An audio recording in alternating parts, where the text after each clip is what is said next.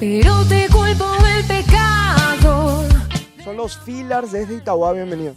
Hola, ¿qué tal? Muchas gracias por la invitación. Están presentando su primer tema. Sí, el primer sencillo de la banda que se llama Me Haces Falta, que de hecho pueden encontrar ya en YouTube también. Ya está en YouTube, en las plataformas digitales.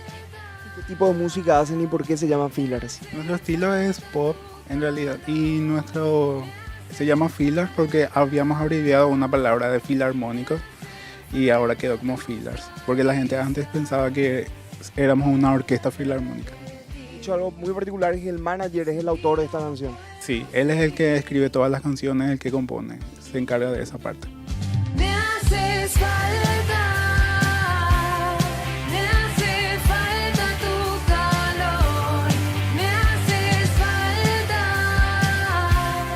me hacen falta tus caricias, todo depende de ti, sin ti no puedo seguir. ¿Cuántos otros temas tienen ya listos?